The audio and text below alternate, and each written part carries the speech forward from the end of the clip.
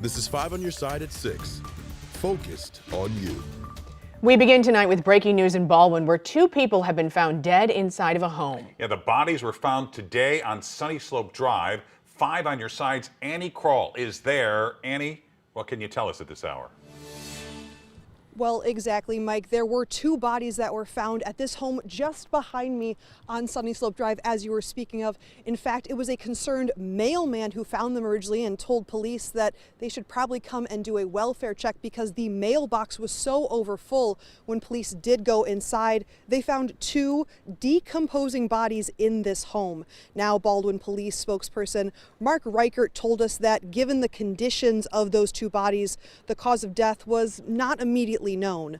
Police have also released the victims' names as of this evening. They have not done that yet. There are several Ballwin police cars on the scene right now, moving inside and out of the house, but otherwise you can see people just driving by and slowing down, trying to peer their necks in and see what might be going on. Actually, just a few minutes ago, the fire department stopped in closer to about 5:30, and they were trying to see the scene. This is, of course, a developing story, so we will have more details for you at KSDK.com as we remain in this neighborhood and on air at KSDK 5 on your side at 10 o'clock. But for now, though, reporting live in Ballwin, Annie Kroll, 5 on your side. 2 women are dead after police found their bodies in a car in downtown St. Louis. Tonight, we're learning more about what happened, and we're hearing from their friends. 5 on your side's Diamond Palmer is in studio with new details on this investigation. Well, Mike and Ann, friends of the 2 women say everything is still very fresh, but they remember the women, as always, being positive. Monday afternoon, 2 women were found in their car dead on Lucas Avenue with no obvious signs of trauma. Law enforcement sources say it's being investigated as a likely drug overdose. A friend told 5 on your side they had a lot of positive energy and were very funny. They did everything together. They will be missed for sure. It's hard to talk about it because it's still fresh in my mind. It still tells us that there is so much work to be done, that this is definitely a topic that we're very much concerned about, and there's a lot of steps that people can take to prevent overdose in their communities. Stacy Zellen with Prevent Ed says her agency works to prevent and reduce the harms associated with substance use.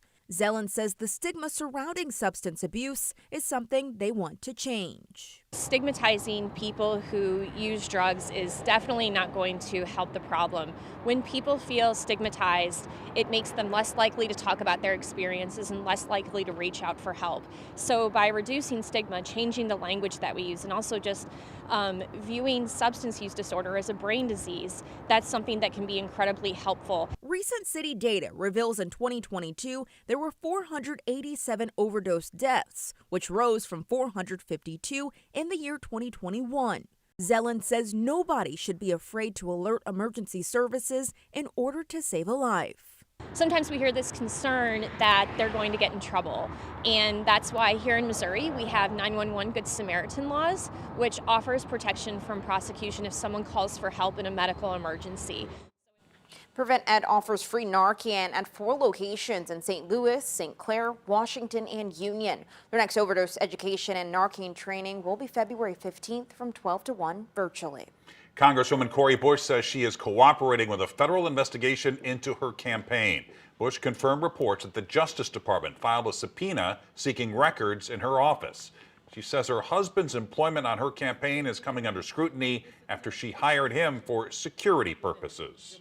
I retained my husband as part of my security team to provide security services because he has had extensive experience in this area and is able to provide the necessary services at or below fair market rate. Bush has spent more than $750,000 combined on security since launching her first campaign for Congress. She's paid more than $100,000 of that to her husband. Federal election law does allow members of Congress to hire family if they perform legitimate work for the campaign. We are learning new details after the city of St. Louis sued several landlords. They're accused of renting out condemned properties filled with health and safety violations. Tonight, we're hearing from a St. Louis attorney who says this has been going on for years. Our Justina Cornell spoke to him. Justina. Yeah, and so I sat down with Ryan Gavin, who got involved in this case after a man named James Cole reached out to him. Cole was a tenant and lived on Jefferson Avenue, and the lawsuit claims the landlord knew tenants were disadvantaged, and she used her superior position for personal profit. Pictures inside some problem properties. This has been going on for years and years and years. These are snapshots of the living conditions in some South City homes. Property was not well maintained at all. There were structural problems that were evident if you went down in the basement. Attorney Ryan Gavin represents a former tenant, James Cole. I believe he described, drug use on the property, other violent crimes, and maybe even 1 or 2 overdose deaths over his time on the property. Cole filed a lawsuit against his landlord, Dara Doherty, and her company in 2023. This is after Cole was assaulted by another tenant in 2021. And stabbed him multiple times with that, in the property. And one stab wound was in the belly, resulted in part of his intestines coming out. And then he also had a serious stab wound to his right arm or wrist area. Taking on the case, Gavin connected the dots. There's a pattern here where she maintains all these properties in these dreadful conditions. And that was really kind of, for us, the hook to say, okay, she should have foreseen that something like this would happen. Months later, he learned the city would file a similar lawsuit against the same defendants in 2024 on a larger scale. I did not realize the full scope of it until I saw the city's lawsuit. I would say we probably found 5 or 6 other properties in our research. A judge made a decision on Cole's case, and they only hope justice continues. We secured a default judgment against Ms. Doherty and her LLC because they did not answer the lawsuit. So our default judgment is in the amount of $1.8 million for James's medical bills, his lost income, and as well as his pain and suffering on top of that. But certainly this is an opportunity, and my client hopes to see that her practices are shut down or put to an end, and she stops taking advantage of people. We have reached out to the defendants but have not heard back. Meanwhile, Legal Services of Eastern Missouri tells me the agency has multiple pending lawsuits and several potential cases right now. Now, if you feel like you're impacted, you can call them at 314-534-4200. Tonight, an update to a story we've been following for weeks. Dozens of Heritage House residents are still looking for a new home after flooding and damage forced them out of their Midtown apartment complex. 5 on your side's Mercedes McKay shows us how the city is trying to help out. I don't know what to do. I'm just lost. In a matter of 2 weeks, Vol Riley's life turned upside down. While he found out his kidneys were failing him, he was also forced to leave the place he called home. I had asked my brother, can things get any worse? And later that day, that happened.